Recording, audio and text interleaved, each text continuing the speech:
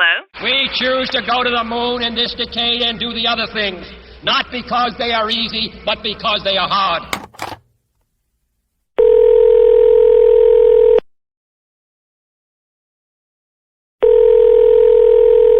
Hello? Because that goal will serve to organize and measure the best. Hello? Because that challenge is one that we're willing to accept, one we are unwilling to postpone, and one we intend to win.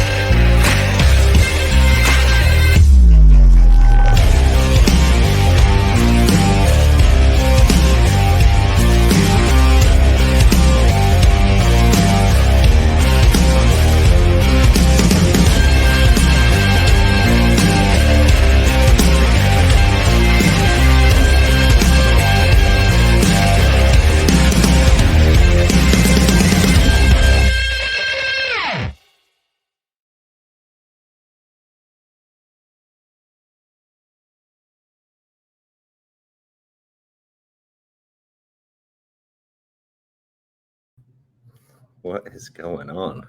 Hey, pasa, amigo. How are you? I'm doing amazing, bro. You good now?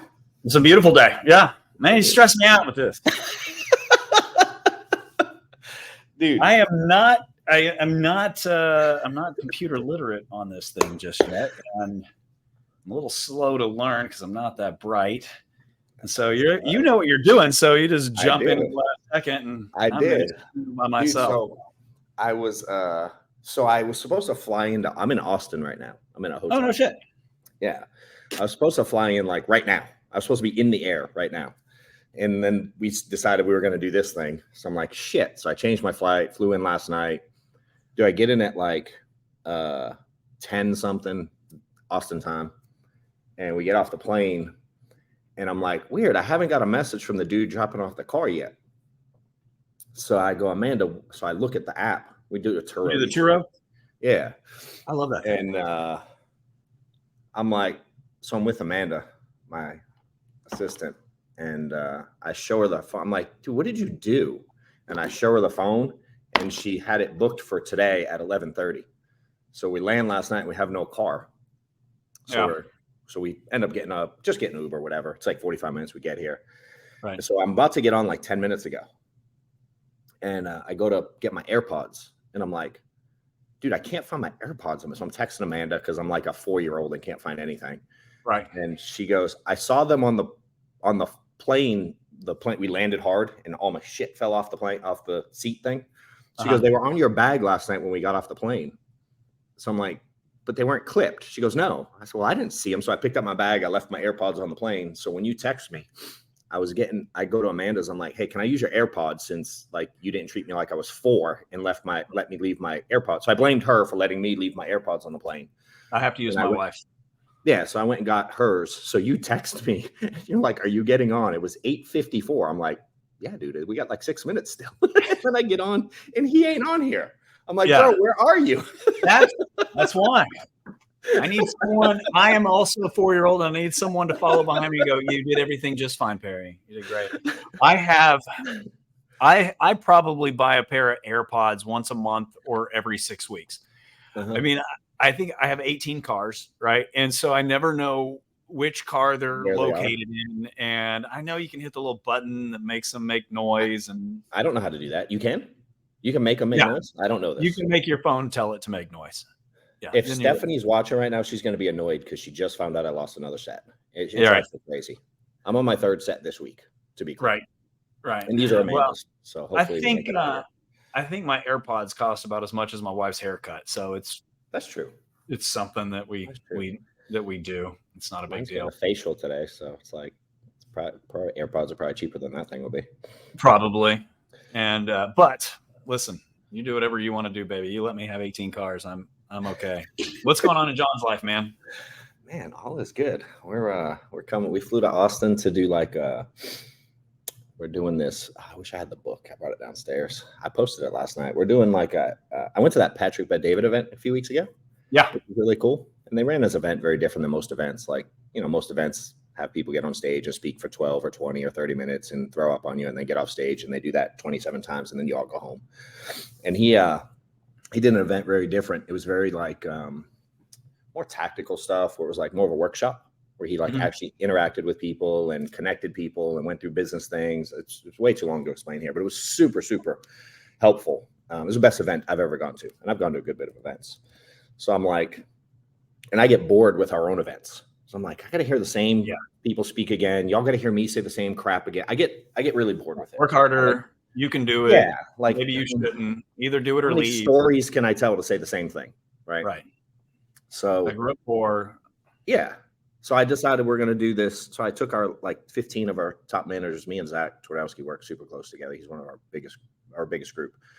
And so we got together and we're like, hey, let's run an event, but do it in that style. So we created like a workbook, and we're going to go through like actual business, like teach them actual business things the next 2 days. So we got people coming in starting at 3 today, 3 to 6 today, dinner tonight, 9 to 3 tomorrow. Amazing, man. Good for you. Yeah. Yeah. Congratulations. I'm excited to do something new and different. I was, do you have Time Hop on your phone? Do I have what? Time Hop. It's it's an app that tells you, it just shows you, this is all your pictures from this day last year. This is all your pictures from this day this year. Oh, cool. I get weird enough, I keep a lot of old pictures in OneDrive so I don't lose them, like stuff you take from cameras. Probably smarter. And I get it. No, it's not, because it's not like it's old. It's like only from when my kids were tiny. So I get an email like every other day from when my kids were like babies.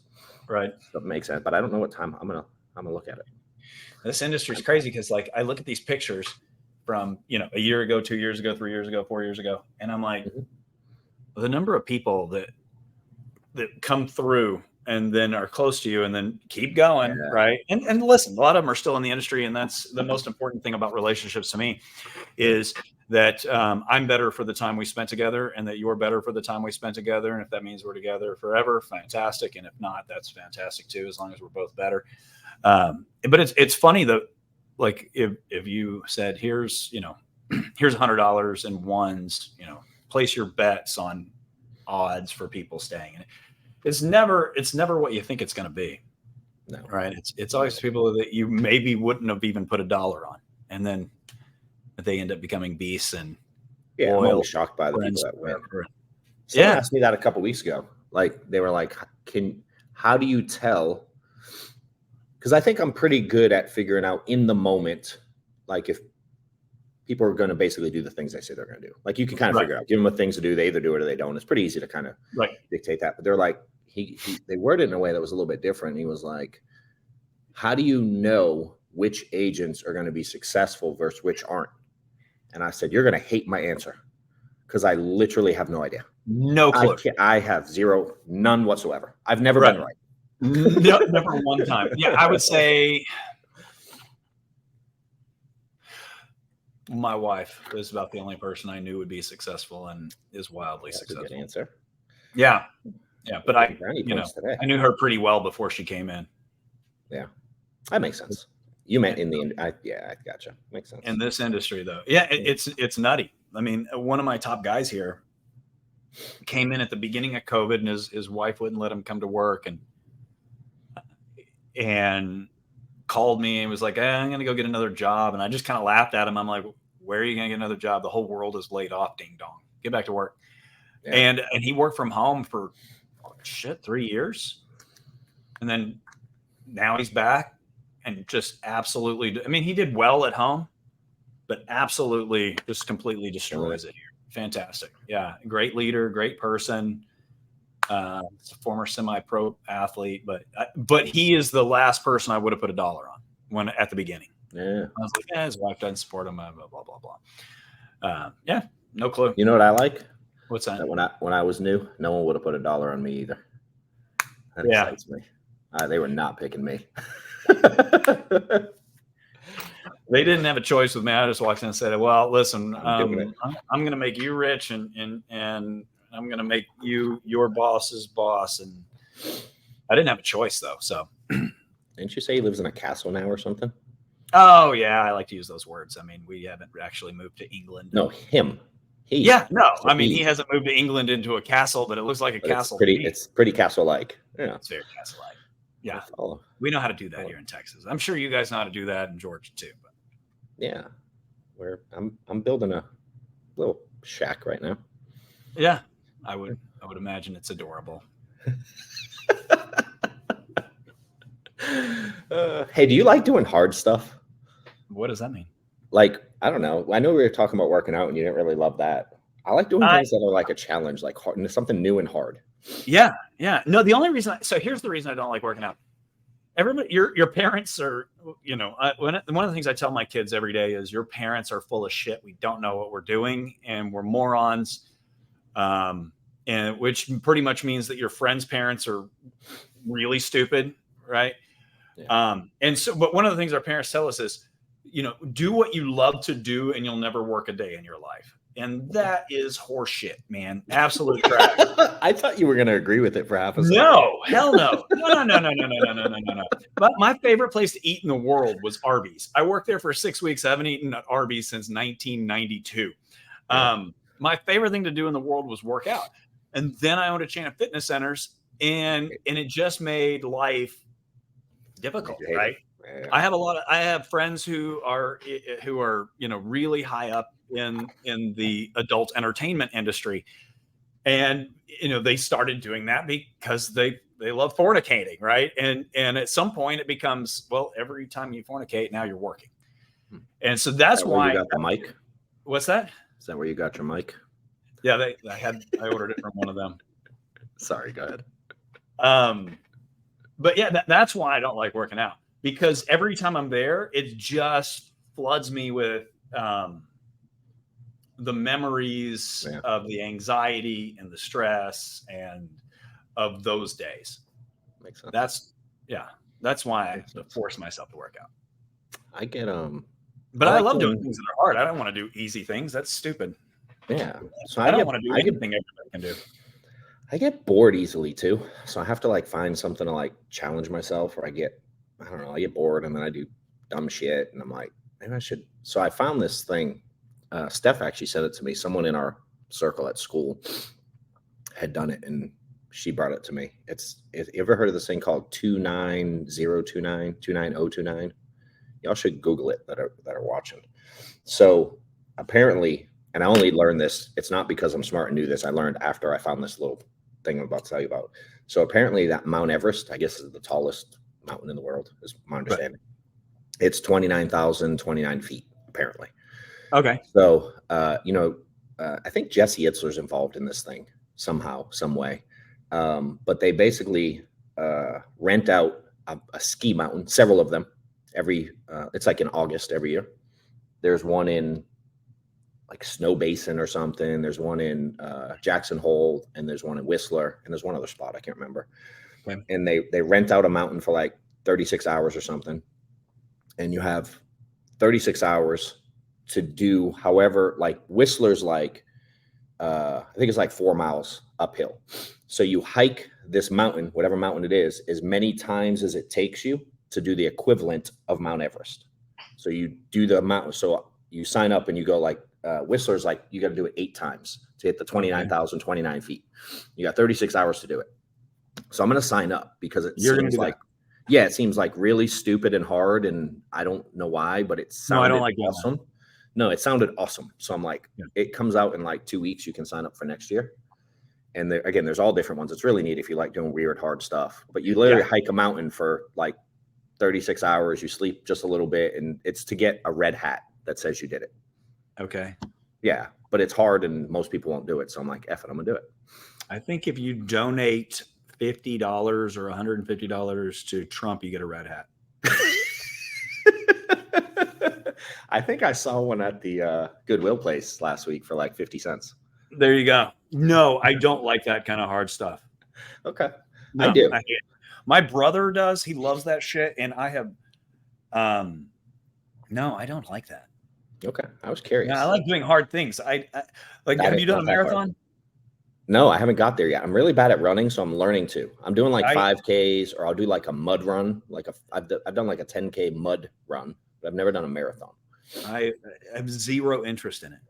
No, I Zero. have a hard time. I get excited that I can finish a 5K without stopping. And Yeah, and it's like it takes me like 30. I did one last week in 32 minutes, which I think is really my slow. I've issue heard. is I'm so ADD Mhm. that I can't. I get bored really, really quickly. Oh, I get bored too. That's why I want to do it. It's Yeah, funny. I'm sure everybody does. Maybe I'm just finding an excuse to think the worst idea on the planet. It probably isn't. I'll probably during it, I'll be like, why did I do this? Well, It'll give me a whole year to do a new type of workout to get ready for it, because it'll be different. I've never done it, so I'll have to work out different. So it'll like give me at least a year where I'm like, oh, I get to do different workouts. I don't know. I was actually I was on my way to work, and I was thinking about something that's similar to this between your personality and mine. Mhm. And I was actually listening to a Patrick Bet-David thing where he's having a conversation about something totally different. But blue oceans and red oceans, right? Yeah. You know that book, Yeah. right? Yeah. And so like your technique is go into a red ocean and outwork every motherfucker there. Yeah, kind of. Yeah. And my technique is let's go into a red ocean and figure out a way to turn it into a blue ocean and outwork every other motherfucker there. And there's less of them. And there's less of them. The difference, I think, and so I like this. all right. And the difference, the problem with what I do is it works for me, but it's hard to scale at that. Yeah. Right. But if you're in the red ocean, you can scale that all you want. Listen, all you got to do is what everyone else is doing, just way harder or way more effort. Yeah. Why can't you bring people to the blue side and just get them to do what you're doing? What's that? Could. Yeah, if you go to the blue side, why can't you just get people from the red side and go look a new shiny thing, come over here and outwork everybody, and there's less people to outwork, and I could spin that. Well, it doesn't take long for blue to turn red. That's true. Joe needs you to explain it. Can you see that? Say it again. I don't know if you can see those comments. Joe asked if you can explain the two theories. He hasn't heard of it.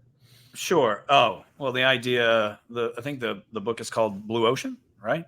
I think so. So, if we're looking in the insurance world, that red ocean is everyone and their dog buys leads and calls 500 people a day, right? Used to be 200 people. Now the ocean's so red, you got to call 500, right? Yep. And so what I did when I came into the industry was, all right, I can do that, or I can come into an ocean. And so the reason they call it red is because it's full of blood. There's sharks everywhere eating. So there's blood all in the water. And so when I came in, I went, all right, well, there's got to be a better way to do this. So give me a list of ways people have sold a policy.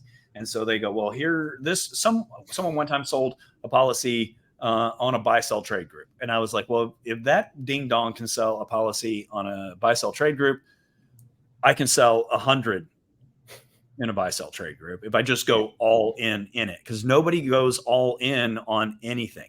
So I've always felt like, if somebody can do something one time, if you just go all in on that, then hopefully it should be reproducible. Yeah. And so, I've built an office out of a whole bunch of off of trying to build a bunch of small blue oceans. Yeah. It's like a new spin on an opportunity. Yeah. But one of the problems with what I do is, I was the first person to really go all in on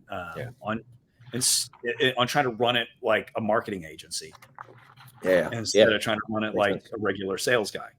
Yeah. The problem with that is when you're marketing to someone who is looking for health insurance, you're also marketing to people who sell health insurance. So it doesn't take long before they all go, oh, he's not even trying. Look how easy life is for him. Look how much money he's making. So they all rush over there. But luckily for me, I'm like McDonald's. I was first in market, thousands of 5-star reviews. It's easy now. Yeah. Takes a bit of a visionary to do it, a little spin on, a little creativity. Well, the problem go I against the think in norm a life little. is you never realize how unique you are. Right. I mean, that's what we do. That's what you do for a living, really. I mean, you travel around saying, listen, I'm not unique. You just do this and it works. Yeah. But nobody does it. Correct. So guess what, John Wetmore? You're unique. Yeah. Right. It's true. Yeah. Still, so that's the difference. And so I think what I'm trying to do here is connect your red hat with that whole side. Like, I want to do things. I want to make things intentionally hard for myself and just overcome that. Yeah. It makes sense. You'll outdo. I don't like, so I guess to answer your question, no, I don't like doing things that are hard. I like solving puzzles. Yeah. Makes sense. I enjoy it. Yeah. I like a little combination of both. Because I do like solving problems. I have fun doing that. I do that in the office. We'll come up with a solution, and then I get bored with it and I need a new problem. And it kind of drives my staff crazy a little bit because I'm always finding something new to solve. So we're always working on something challenging in the office. Like, I can't help it. So I'm like, well, otherwise, what am I here? What I should quit otherwise. Like, do you really need me to, really need me here to keep saying you have to work harder than everyone else? Can't we do something new? You know what I mean? Like, just record it and hit play. Yeah. So I try to solve new business problems, and it's been fun. And those for me always create ways to monetize stuff. Like, just getting a little bit in our place. I'm like, oh, I can help them swim around the red ocean a little bit better if I do this. And then it puts me over there by default. I don't know. I solve problems really well that have helped us grow a lot. So yeah, you're really good at that. Do you know Nick Bear? Have you ever heard that name? No. Bear. It's like Bear Nutrition. He runs some supplement company. He's online. He's like, I've been listening to a lot of like fitness stuff lately. Okay. I get bored. So all the normal podcasts I would always listen to in our space, I'm like, after a while they say the same stuff. So I mix it up. So I've been listening to a lot of fitness stuff just for fun. And this dude's pretty big in that space. And I'm teaching on a concept a little bit today that I'm going to apply to what we do. And he used this concept of having success by being he calls it be consistently good versus occasionally great. And the way I was listening to a podcast of his that Zach sent me the other day, and he was telling this story. So he does these Ironman marathons or something, like 100-mile marathons, ultra marathon, whatever they're called. And he did this one. It's called King of the Hill or something like that. I think they call the concept, where you don't just do 100 miles and see who finishes first. They do a loop, like a 4-mile loop, and they start that loop on the hour every hour. So no matter how fast you finish the first loop, you have to wait until the next hour, and everyone catches up, and then you do another loop. And then everyone catches up, and you do another loop. And they do that until 100. And whoever falls off is out. And the last person, and this one was not, the 100 wasn't the cap.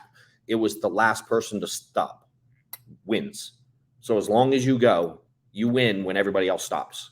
So the dude was talking about the event, and he's like, you had to really figure out your pacing. Some people in these events, they want to start out really quick. Some want to start out really slow. Some do different, whatever. And they have different strategies to approach it. And he talked about his strategy during each 4-mile lap. And he was like, mine wasn't to finish the quickest and rest the longest. It was to be the most consistent through every lap and pace as close to exactly the same 4-mile pace every time I do it. And so uphill, he did the same thing. Downhill, he did the same thing. And it was flat, he did the same thing. But the three were all different from each other. He might sprint one, jog the other, walk the other. Right. And so he was talking about it. He's like, dude, I didn't win one 4-mile lap the entire time. But he didn't win the whole race. He came in second. He was like, it's the first time that officially did not qualify, because you either win or you're out of the race. There's no second place in this one. But he's like, he came in second technically. And he said, I didn't finish one lap the fastest the entire 100 miles, but I was the most, and he gave his his per lap average, whatever it was, I don't remember. And he's like, but my per lap average over the course of 100 was the most consistent. And that turned out to be the best because I just outlasted everybody being, again, consistently good. He wasn't great on the uphill. He wasn't great at the speed. He wasn't great at any of that, but just consistently was. And it was a really cool concept because I feel like I sold a lot of insurance, but I was definitely not the best insurance sales guy. And I'm definitely not the best at recruiting or training. You're still going. Correct. Yep. Yeah. And I was like, that was a really neat concept. Oh, cool. I like it. Yeah. Yeah. Door. Just keep talking. I'm going to go in and see who's at my hotel door. I can hear you. Housekeeping. It might be housekeeping. Want me fluff pillow? Yeah. So there was that time that we were in the middle of a podcast and John's breakfast showed up. No, man, I didn't. I wish it was breakfast. So you know what I did? Because I don't pay attention to anything. She goes, "Do you want service?" I'm like, "No." And she points at the door. You know the little thing you put on the door that says, like, "Leave me alone." Service. Yeah. Well, I didn't. She pointed at it like I'm a dipshit, and I have it the wrong way, apparently. So apparently my thing said I want service when I really don't. So I'm it's like the thing where you want either more meat or not more meat at those restaurants. Right. Flip it. Right. Apparently I had the thing on the door. The wrong thing. Yeah. So next week, my buddy Danilo Richard Atenza is in town with me. He used to be on my team. He's on your team now. Yeah. He's service. Sorry. Hold on. Okay. Joe. You see it? Yeah. Service. Yes, Joe. I think you're supposed to add an ing in the end of that.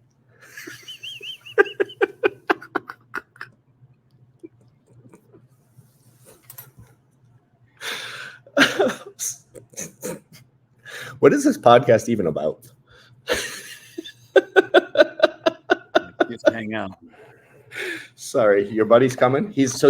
I've heard his name. Danilo that's the guy that's in what's his name? He's in Tyler's group. Yeah, he's in Tyler. He's out of Tampa.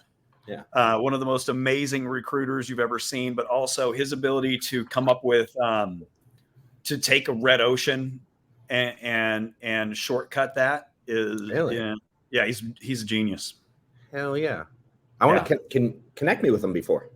I'm good doing it on the spin, but I like people like that. I wouldn't mind. Yeah. I've never met him. I've heard the name. I've seen it, but I don't know him. He's an amazing guy. His ability to leave one place and maintain the friendships without burning a bridge. Yeah. And maintain those friendships and maintain the ability to work with the people that he used to work with is bar none. I've never seen anyone be able to pull it off like he does.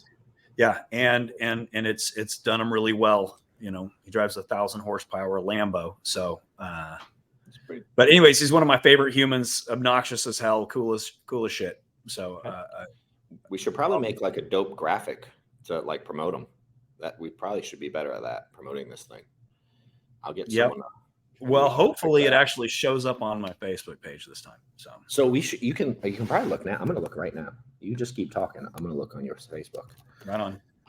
Harry. So yeah, we apparently, let's see, dude, it's not showing up. Joe, we need your admin's help because this thing is not, even though we choose it to stream live, it's streaming on mine, dude. I wonder why it's not streaming on yours. I connected Perry's Facebook too, but it does not stream on his, and I can't figure out why. Amanda confirmed it's connected yesterday, but it ain't working. So help, Joe, help. Hey, Joe came through for us last night. I think we're using, I don't know, Amanda handled it, but Joe, I think your dude is coming to our, confirm, Joe. Is he coming? Are we using your guy today? So Joe is like, I call him like the mayor because he knows freaking everybody. That's a good way to we had set up. So I threw this event together. I'm a big like, let's just do it and figure it out as we go. So we throw this event together with literally. So I have this like balance of, damn, next time we should probably prepare sooner so it's not as crazy. But at the same time, I like going like, hey, let's do an event in 9 days and put it all together and do things we've never done. So we had to print this. We decided to do this like manual. I literally stole the whole concept from Bet David's event. So we created this manual and you go through it, whatever, and put detail in. It's pretty cool. So I tell my staff we're going to do it. And they're like next Thursday? I'm like, yeah, like in 10 days, however many days it was. So we create this like big old manual and we get it printed. I've never printed like a book, like a spiral bound book. I've never had to do this. So we order it. And we're like, oh, it's going to look amazing. And I have Bet David's in my hand and I know what it feels like and looks like and all that. So we order it and I go pick them up yesterday and they come back and it's basically pieces of printer paper in a spiral thing and it like flops over. It wasn't a book at all. It was just like sheets of paper connected. And I'm like, all right, so we definitely F this up. So we find a place and we order them again the right way. So now I spend more money to get them printed and it's a dope looking like workbook. So we get it printed and I decided I want to record the whole thing. And basically stapled in the corner. It was almost, I saved them for just like to tell the story because it looks like we don't know what we're doing because we really don't. And we just keep doing it. And it works really well for us. So I decided I want to record the thing so I can get some content out of it too. I'm like, hell, less social media content I need to create if you just record me in a new setting. So we set up someone to come video the thing. And she was going to drive down from Dallas and video the thing. We're interviewing the same girl we had at the last event. We were going to bring her there as like another interview. We're trying to work out if she's going to work with us or not. So they set it all up.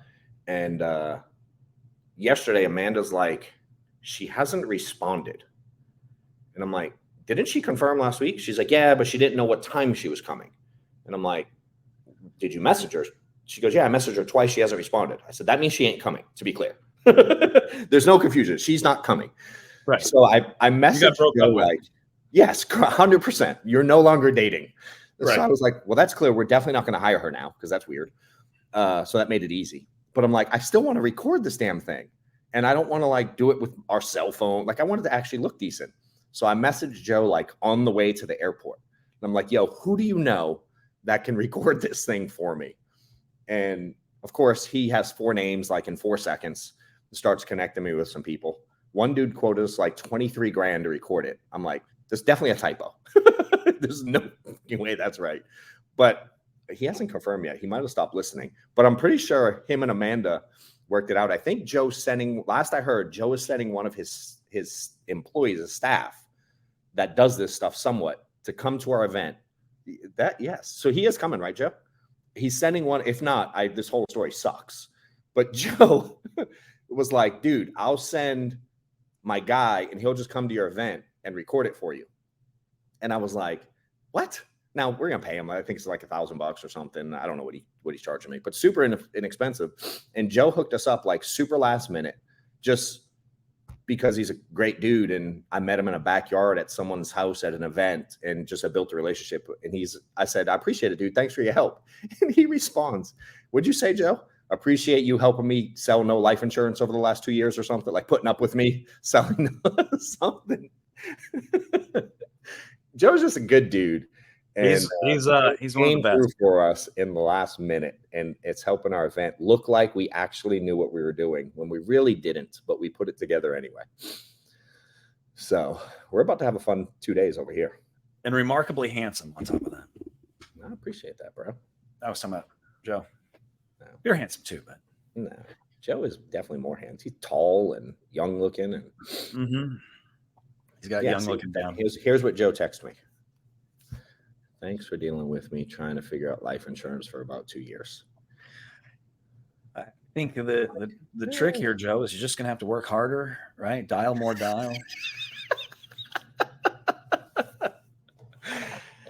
Joe don't work hard enough. He's a bum. This this United Auto Workers thing where they're striking, and the amount that the company or the country is in debt right now.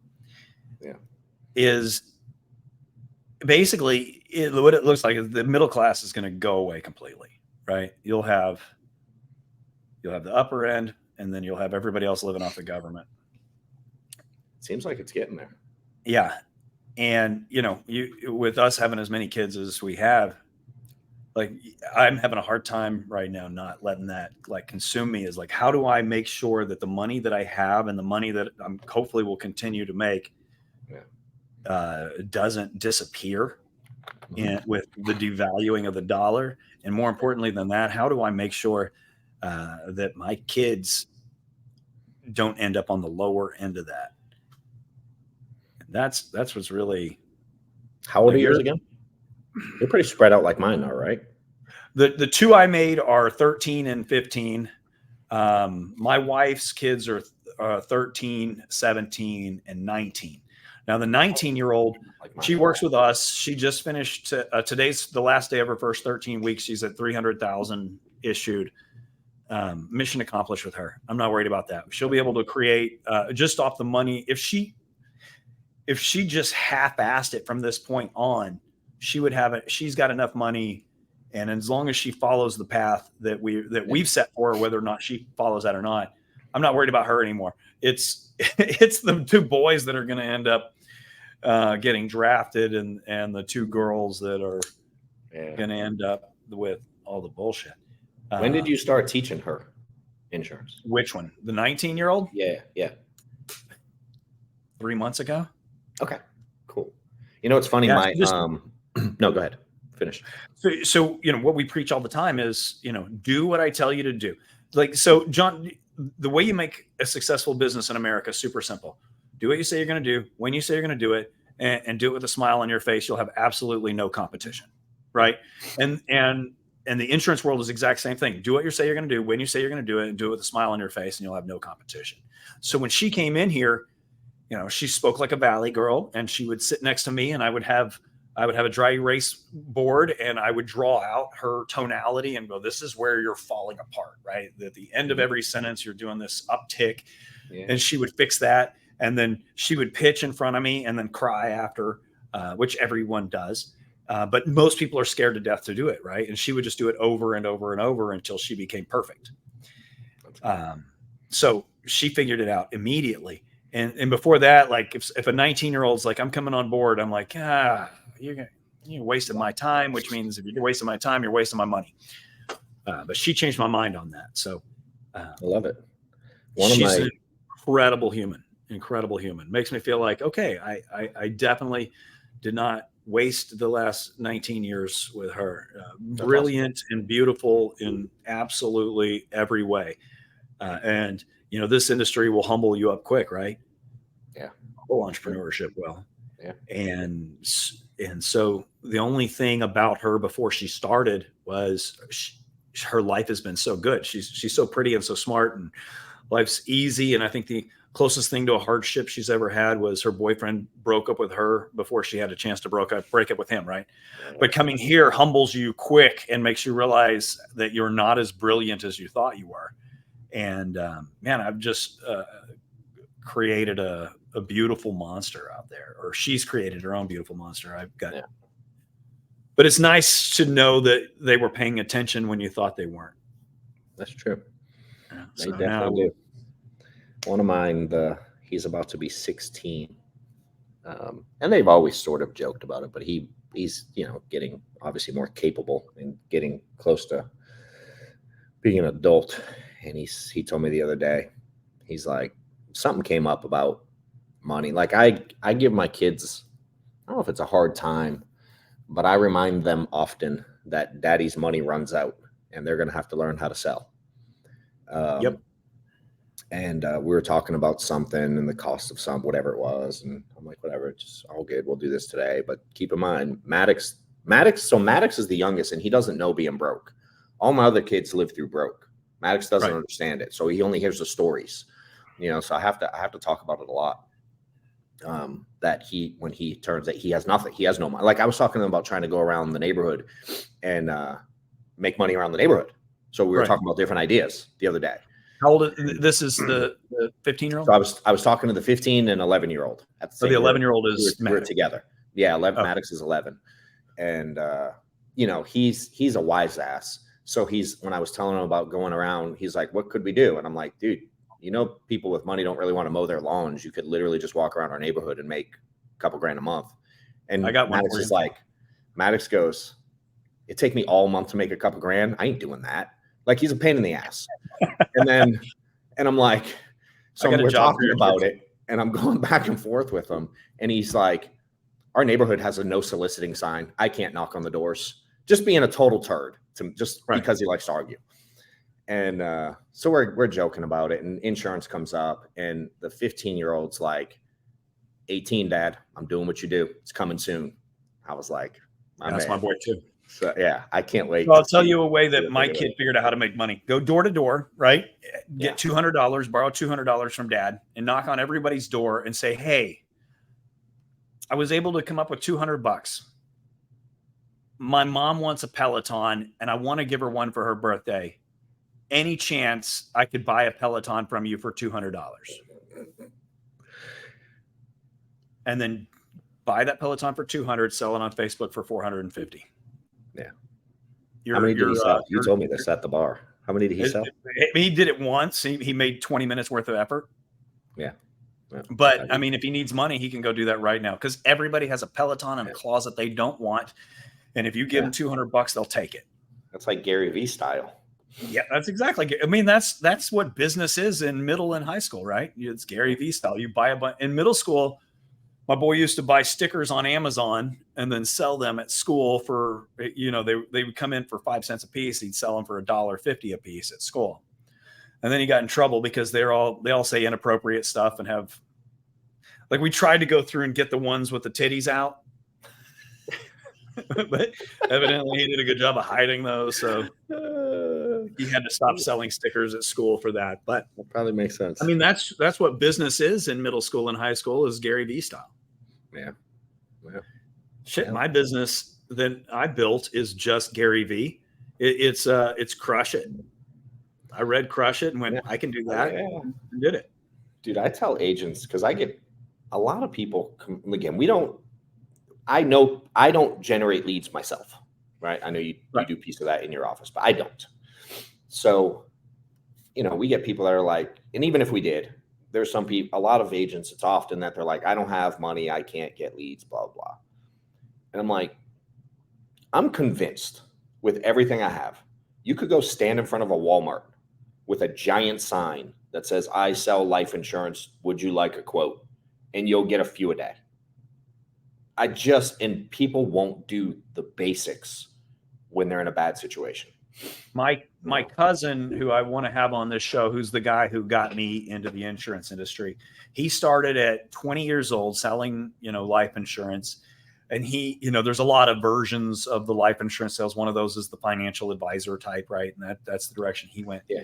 But the way he got business in the beginning was insane. And I don't even want to, it was just thinking outside of the box, sending life-size cutouts of himself to people. I know a guy that does that kind of stuff and loves it, dude, and kills it. Yeah. And I want to have him on the show. So I don't want to give away what all he did, but the stuff he did was, I mean, it's all like, it's thinking outside the box, but it's not that far outside of the box, right? I mean, it's really not. My business model is CrossFit.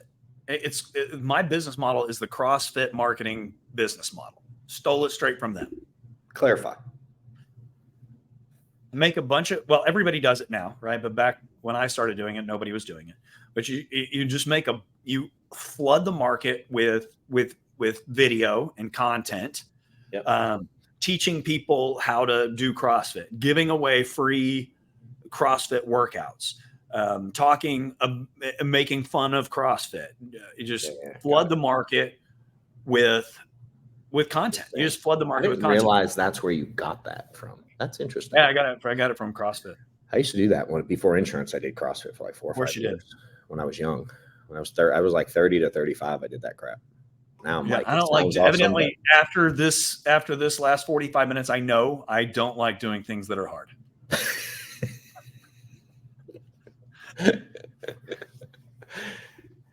I also like doing things that are easy and chill. Like between our event, I'm literally as soon as we're done here, I'm going downstairs to eat breakfast. I'm going to get a massage before our event. So I'm good not always doing hard stuff. I don't want to do things easy and chill. I just don't want to do things that hurt. Yeah. My wife loves pain. She's down, right? She loves that shit. She has a trainer that makes her throw up twice a week, right? And I'm like, No. Her trainer was like, hey, does your husband want to come work out? She's like, Perry will not work out in the same building as me because I don't want to be that emasculated. But when I met her, she was teaching 4 or 5 fitness classes a day. That's 5 hours worth of That's craziness. All right, man. I hope you have a beautiful day. So next week we'll have Danilo on. I will connect me with them, and I'll get them. I'll get you. I will teach you how to get in here without a link, because you don't need one, because you can get it in the back way. Like, you can actually just get in direct. And then also you can just download this. Yeah, so you don't have to record it to your computer. There's just like a link. You download it and you'll have it. One of the things I've learned in life, John, is that everything is easy when you know how to do it. Amen, bro. I got you covered. In some things, I got you covered, but I need some help on some other things. So I'm down. We'll help each other in lots of ways. So yeah, we'll take care of it. And I look forward to chopping it up with them. So have a beautiful day. Y'all have a good one. Later. Bye, bro.